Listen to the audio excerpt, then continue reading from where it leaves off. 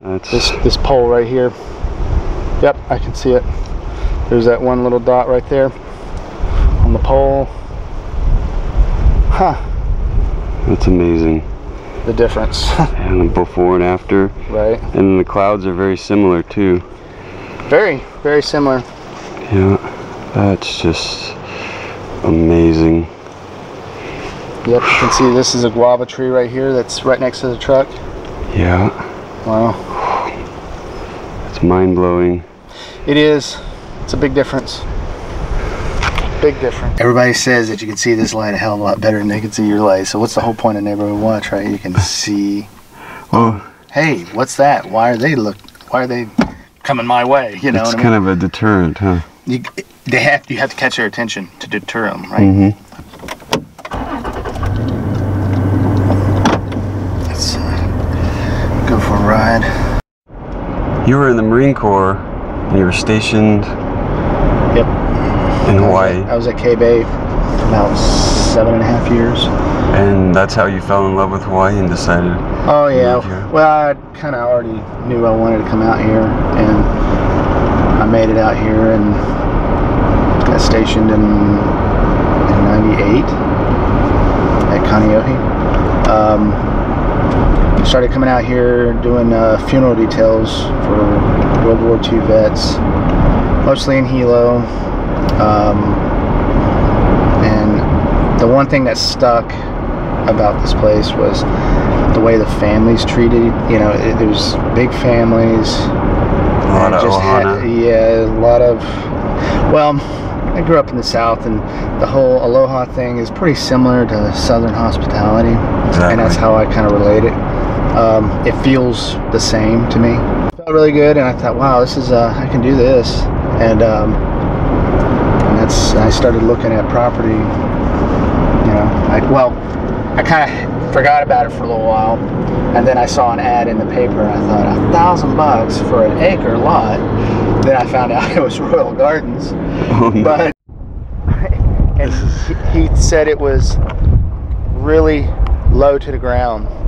It was like water. Just kind of creeping. It was like water. It was so hot and so fast. It was just, he had to leave. He was taking pictures on Makamai. Oh, okay.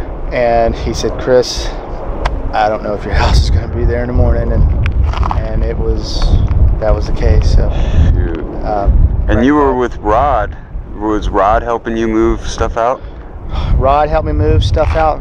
He helped me move a lot of people out. Yeah, and yeah. He was always there. Heath was always there. And you helped a lot of people move out. Yeah. Yeah. With your trailer and. Yeah, that's. Heath had a trailer. I had a trailer. I mean, not everybody had a trailer and can get in and out. So it just kind of ended up that way. Every time you came in, you sort of bumped into people doing things that needed help, and so you ended up staying all day, just about. Yeah. So that's just kind of how that went on a daily basis. Yeah, and I was on a couple trips with you. I got a couple videos. That's right. I got you doing the kayak. Oh, is that right? Yeah, kayak rescue. Yeah, I got to take that thing out, so I got to call him up and ask if I can take it out. Yeah, you could take it to Pohiki. That's what I was thinking. Just right over here this is my neighbor's house. There's a vacant lot here, and my house was right over here.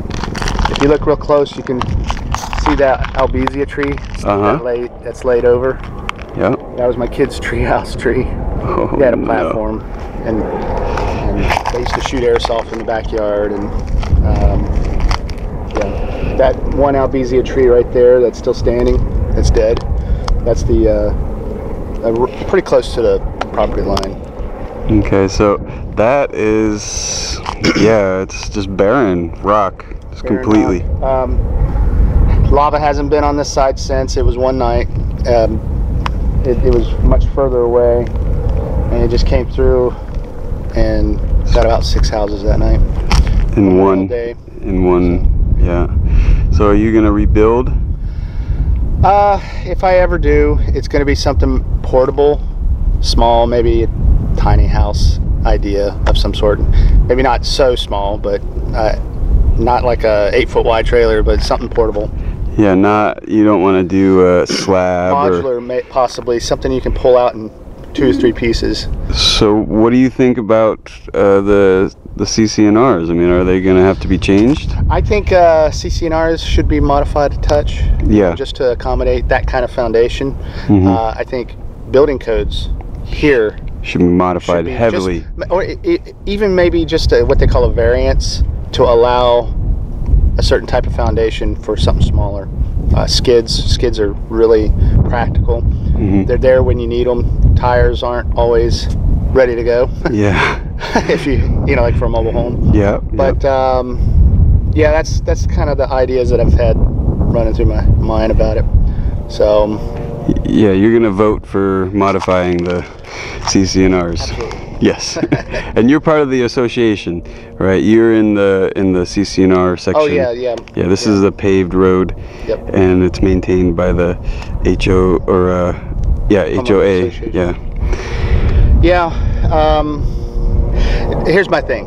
Why should I be forced to build something that's difficult to move on land that I already own? That's in a disaster zone. Right. I should be given a little bit of leeway. Flexibility is all I'm looking for. Yeah. So, plus the view is a one of a kind view. Yeah, let's check out the view. This is Fissure 8 right here. Like if the clouds weren't here, you could see Mauna Kea and Mauna Loa for sure. And then, this is 22 this way. And you can see the ocean. You got a little sliver of ocean right there. Someone keeps on mentioning Monument Valley. You know, it has that look about it. But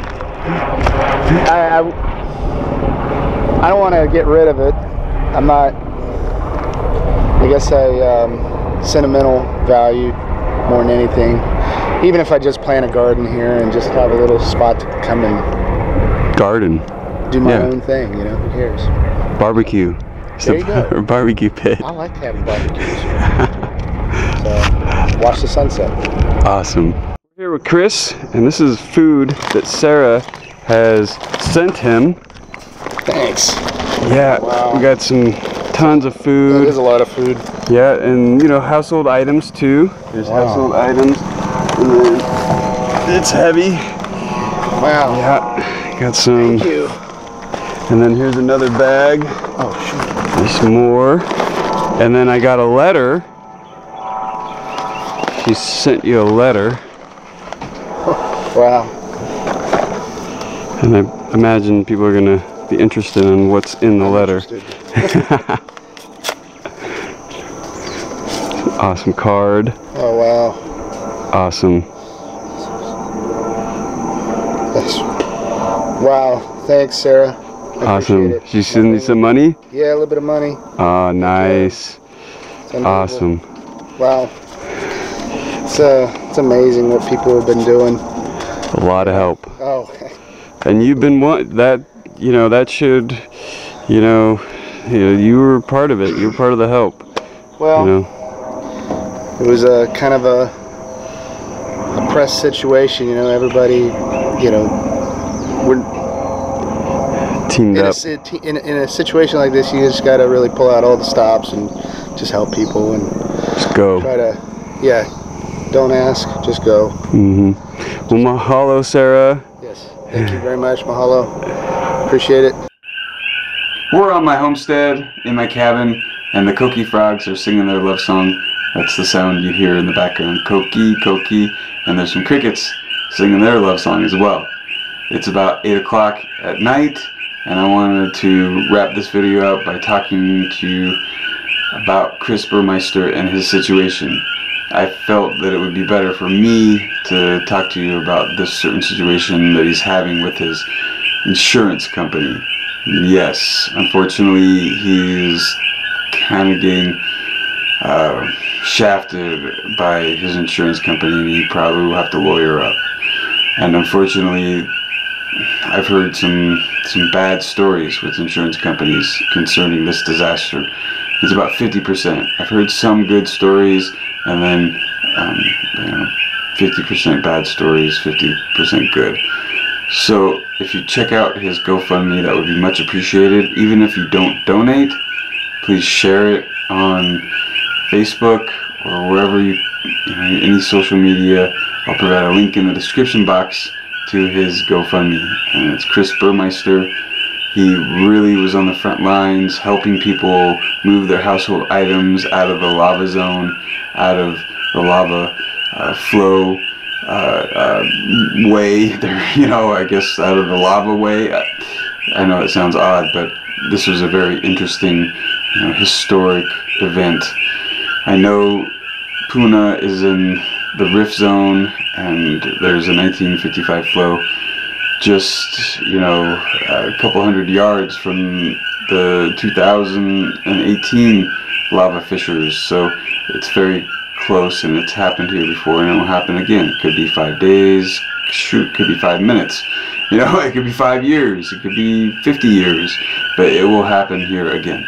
And I know everyone kind of realized that, but I think this was a big shocker for a lot of people. I was born and raised here. My parents would rent a beach house in Kilauea Gardens, and if you know the story, Kilauea Gardens, it got wiped out, and it was a beautiful, beautiful fishing village, and heiau and Walter's store, and all these beautiful places, the Keiki Pond, Smash Face, Surf Spot, Drain Pipe. We had our own drain pipe. Kaimu, Black Sands Beach was, I think, the biggest Black Sands beach in the world. Definitely the most beautiful, in my opinion. It was gorgeous. And I watched that go. So I understand nothing is forever. I was taught that very quickly, watching people lose everything. And back in the day, it was you know, really hard. But the community came together, even, you know, 30 years ago, you know, or, you know, 25 years ago. It was still very similar. Like Kris said in the video, ohana, you know, big ohana. Everyone, you know, everyone is, you know, welcoming. We have to stick together because we're on an island, and we have to work together.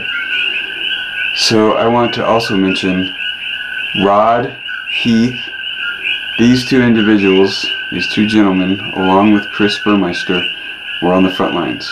They were helping people pretty much daily through this whole disaster, or at least when civil defense was escorting people in the lava zone to retrieve household items. And we're talking refrigerators, furniture, couches, washers, dryers, all sorts of stuff. So these three gentlemen, Heath, Rod, and Kris Burmeister, were on it. They were right there and putting their money and time into, you know, helping people, and they refused money. I was surprised. I was like, you should at least get some gas money. You know, you guys got a truck and a trailer, and you're driving, you know, an hour away to the self-storage that these people have rented, and you're unloading it as well as loading it up. That's a lot of work. You should get some gas money. But they always refuse, and I just want people to, you know, realize that these are the heroes of Leilani Estates. And I know Bill from Civil Defense, he's worth mentioning. He was right there making everything work and keeping us safe and making sure everything was done in an orderly fashion. And the CERT team. Now, I think Leilani Estates should have our own CERT team for sure, and I'll push for that. I think we should definitely have a CERT team ourselves, so we don't have to have strangers in our neighborhood. You know, the less amount of strangers, the better in a disaster zone, right?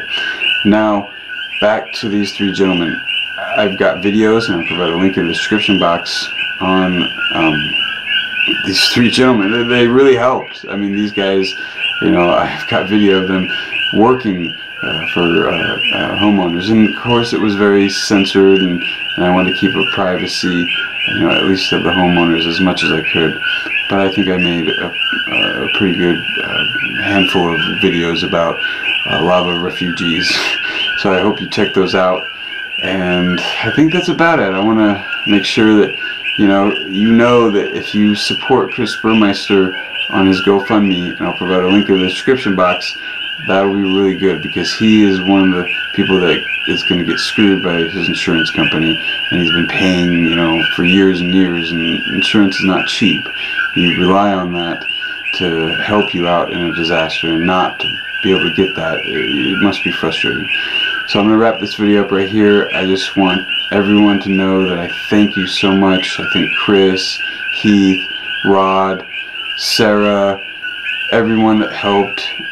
There's so many to mention. It would be a whole nother video.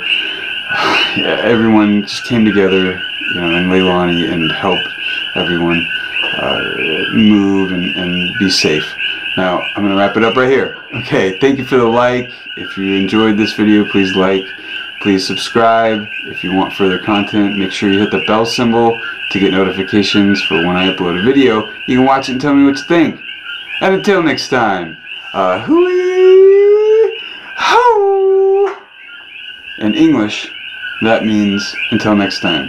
So it's Hawaiian for until next time or goodbye.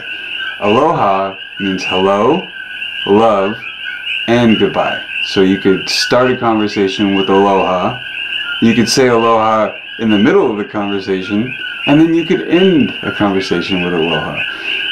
A lot of Hawaiian words have multiple meanings, especially when you're talking about pidgin, which is a mixture of different languages. For instance, the kind really confuses people because the kind can mean anything. The kind, you know, is a very versatile word. You just have to be there and know the person or know what they're talking about to understand. And it's also like an or an you know, if you can't remember something, you just call it the kind, you know, like, oh, it was this, and this, and the kind. It needed that whole thing, you know, the filler. Okay, I'm wrapping it up right here. Aloha.